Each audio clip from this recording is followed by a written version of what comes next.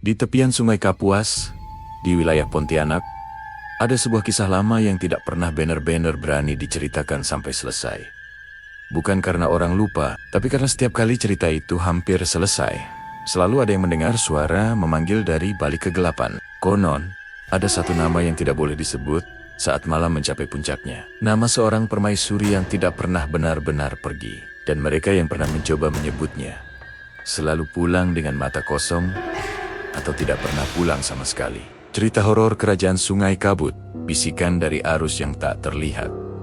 Pada zaman ketika perahu kayu menjadi satu-satunya penghubung antar desa, dan hutan Kalimantan masih menyimpan rahasia yang belum tersentuh manusia, berdirilah sebuah kerajaan yang dikenal dengan nama Kerajaan Sungai Kabut. Kerajaan itu berdiri megah di tepian Sungai Kapuas. Kerajaan dipimpin oleh seorang raja muda bernama Raden Jayakusuma, seorang pemimpin yang disegani karena kebijaksanaannya.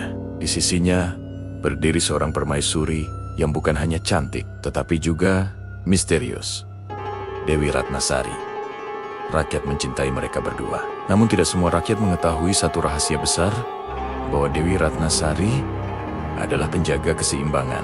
Sejak zaman leluhur, kerajaan memiliki sebuah perjanjian dengan makhluk penghuni sungai dan hutan agar manusia dan makhluk gaib tidak saling mengganggu. Perjanjian itu memiliki syarat, harus selalu ada satu orang dari kerajaan yang menjadi penghubung. Dan orang itu adalah Dewi Ratnasari. Setiap malam tertentu, ia berjalan sendirian menuju tepi sungai. Ia membawa sesajen, membaca doa-doa kuno, dan berbicara dalam bahasa rahasia. Raja pernah bertanya, "Apakah kau tidak takut?" Dewi Ratnasari hanya tersenyum. Yang harus ditakuti bukan mereka, tapi manusia yang melupakan batasnya. Di dalam istana, ada seorang pria yang dayam-dayam memendam keinginan besar. Namanya Patih Wirasakti. Ia cerdas, berani, dan ambisius.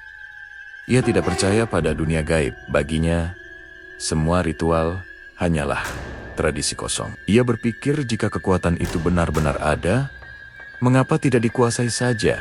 Pada suatu malam tanpa cahaya bulan, Patih Wirasakti pergi diam-diam ke bagian sungai yang paling dalam. Air di sana selalu tampak lebih gelap.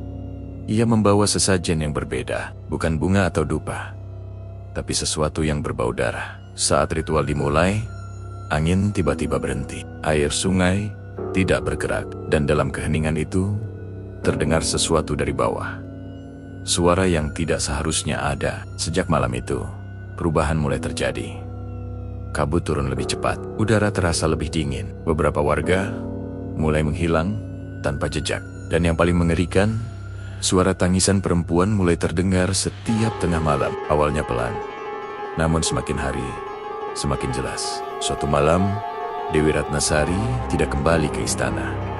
Para dayang menemukan kamarnya kosong, hanya aroma melati yang sangat kuat. Raja Raden Jayakusuma langsung memerintahkan pencarian. Seluruh penjuru kerajaan disisir. Namun, hasilnya nihil. Seorang prajurit muda bernama Wiryonegara memutuskan mencari sumber suara itu. Ia berjalan ke tepi sungai saat tengah malam di tengah kabut tebal. Ketika kabut terbuka sedikit, ia melihat sosok perempuan berdiri di atas air.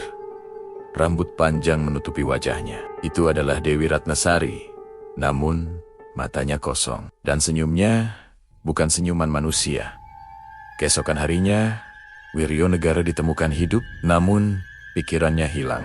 Dalam keputusasaan, Raja memanggil tetua spiritual bernama Ki Ageng Surya Mandala, yang dikenal mampu melihat apa yang tidak terlihat. Ki Ageng berkata, "Kalian tidak hanya kehilangan permaisuri, kalian kehilangan keseimbangan. Permaisuri masih ada, tapi tidak di dunia ini sepenuhnya."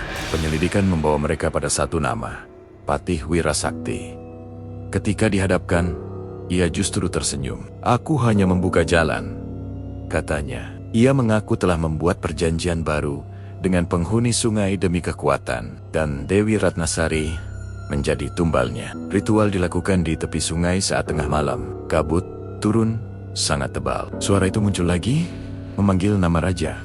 Dari kabut, sosok Dewi Ratnasari muncul. Namun, Tubuhnya terikat bayangan hitam, Ki Ageng mulai membaca mantra. Raja melangkah ke dalam air yang dingin, seperti kematian. Jika harus ada yang menggantikan, biarkan aku, katanya. Tiba-tiba, cahaya muncul dari tubuh Dewi. Cahaya itu menghancurkan bayangan hitam. Jeritan mengerikan terdengar, lalu hilang. Air kembali tenang. Dewi Ratnasari berdiri di hadapan raja. Wajahnya kembali damai. Ia tersenyum dan perlahan menghilang. Sejak malam itu, teror berhenti. Raja Raden Jayakusuma tetap memimpin dengan bijaksana. Ia tidak pernah menikah lagi. Di tepi sungai, ia membangun taman melati. Setiap malam purnama, bunga melati selalu mekar tanpa ditanam. Itu tanda Dewi masih menjaga mereka. Pesan dari kisah ini, keserakahan membawa kehancuran. Keseimbangan alam harus dijaga, dan cinta sejati lebih kuat dari kegelapan. Menurut kalian, apakah nasib Patih Wirasakti sudah adil? Dan jika mendengar suara memanggil di tepi sungai saat malam, apakah kalian menjawab? Jangan lupa subscribe ke channel Kreator Jampang untuk cerita horor bermakna lainnya. Siapkan diri kalian untuk cerita berikutnya.